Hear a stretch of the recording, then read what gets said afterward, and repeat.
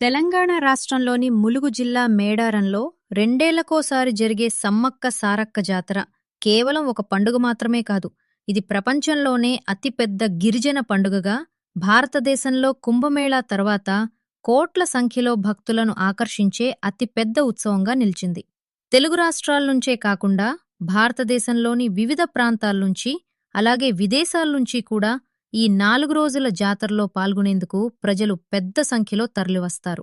ఈ ఏడాది జనవరి 28వ తేదీ నుంచి 31వ తేదీ వరకు 4 రోజుల పాటు అంగరంగ వైభవంగా సాగనున్నది.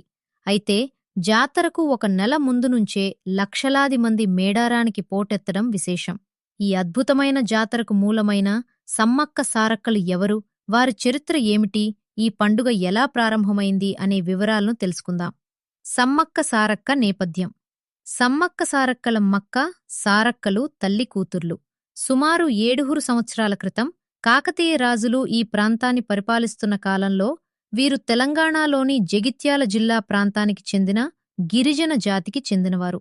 గిరిజనుల దొర అయిన మేడరాజు అడవిలో వేటాడుతుండగా ఒక పుట్టపై పులులు, సింహాలు కాపలాగా ఉన్న పసిపాప సమ్మక్కను కనుగొని ఆమెను పెంచుకున్నాడు. సమ్మక్క రాకతో వారి ప్రాంతంలో కరువులు, సమస్యలు తగ్గిపోయాయి. ఆమె చేతి పసరుతో రోగాలు నయమయ్యేవని ప్రతీతి. యుక్తవయసు వచ్చిన తర్వాత సమ్మక్కను మేడారం పాలకుడు తన మేనల్లుడైన పగిడిద్దరాజుకిచ్చే వివాహం చేశారు. వీరికి సారలమ్మ, నాగులమ్మ అనే 2 కుమార్తెలు, జంపన్న అనే కుమారుడు కలిగారు.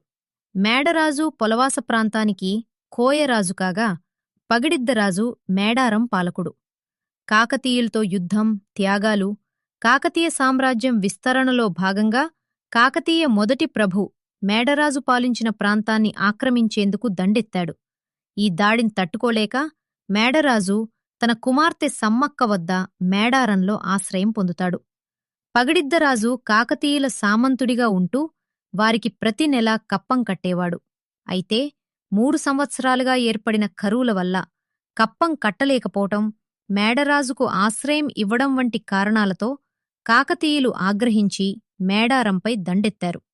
కాకతీయ సైన్యాన్ని ఎదుర్కొనేంత బలం లేకపోయినా పగిడిద్దరాజు, సమ్మక్క, సారక్క, వారి పిల్లలు సారలమ్మ, నాగులమ్మ, జంపన్నతో సహా కోయ ప్రజలంతా యుద్ధానికి సిద్ధమయ్యారు. వేల సంఖ్యలో బలమైన ఆయుధాలు, గుర్రాలు, ఏనుగులతో వచ్చిన కాకతీయ సైన్యంతో వందల సంఖ్యలో ఉన్న కోయ ప్రజలు బాణాలు, మొండికత్తులతో భీకరంగా పోరాడారు. ఈ యుద్ధంలో పగిడిద్దరాజు, సారలమ్మ, నాగులమ్మ వీరమరణం పొందారు. కుటుంబ సభ్యుల మరణాలను చూసిన జంపన్న అవమానాన్ని భరించలేక పక్కనే ఉన్న సంపెంగ వాగులోకి దూకి ఆత్మహత్య చేసుకున్నాడు. అప్పట్నుంచి ఆ వాగును జంపన్న వాగుగా పిలుస్తున్నారు. తన కుటుంబ సభ్యులందరూ మరణించారని తెలిసిన సమ్మక్క ఏమాత్రం వెనుకాడకుండా కాళీమాతలా విజృంభించి శత్రువులను ఎదుర్కొంది. అయితే వెనుకనుంచి ఒక సైనికుడు దొంగచాటున పొడిచి సమ్మక్కను తీవ్రంగా గాయపరిచాడు. రక్తం కారుతుండగానే ఆమె చిలుకలగుట్టవైపు వెళ్లి నెమలినార చెట్టు కింద ఉన్న పుట్ట దగ్గర కుంకుమ భరిణిగా మారి అదృశ్యమైంది. మేడారం జాతర ఆవిర్భావం, నేటి ఉత్సవం. సమ్మక్క అదృశ్యమైన తర్వాత గిరిజన ప్రజలకు ఆకాశం నుంచి కొన్ని మాటలు వినిపించాయి. ఈ గడ్డమీద పుట్టిన ప్రతి ఒక్కరూ వీరుడిలా రాజ్యాన్ని పాలించాలని, ఇక్కడ 2 గద్దెల్దెలు కట్టి 2 ఏళ్లకొకసారి ఉత్సవం జరిపిస్తే వారి కోరికలు నెరవేరుస్తాను అని ఆ మాటల సారాంశం.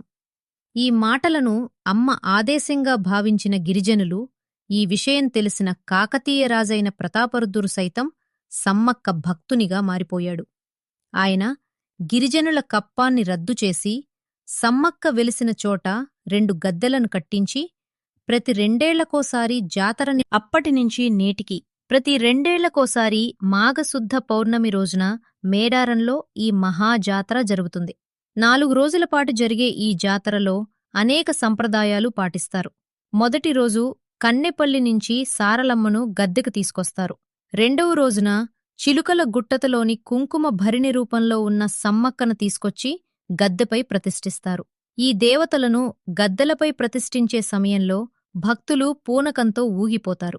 3వ రోజున అమ్మవార్లు సమ్మక్క సారక్క ఇద్దరూ గద్దెలపై కొలువుతీరి భక్తులకు దర్శనమిస్తారు. 4వ రోజు సాయంత్రం వారికి ఆవాహన పలికి తిరిగి వనప్రవేశం చేయిస్తారు. ఈ పూజలను వంశపారంపర్యంగా గిరిజన పూజారులే నిర్వహిస్తారు. అమ్మవార్లకు బంగారంగా బెల్లాన్ని సమర్పించుకోవడం ఇక్కడి ప్రత్యేకాచారం.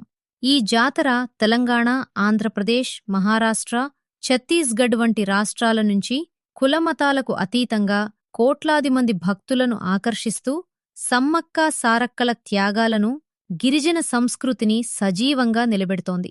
కాకతీయుల కాలం నుంచి ఇప్పటివరకు మేడారం జాతరకు వచ్చే భక్తుల సంఖ్య క్రమంగా పెరుగుతూనే ఉండటం విశేషం.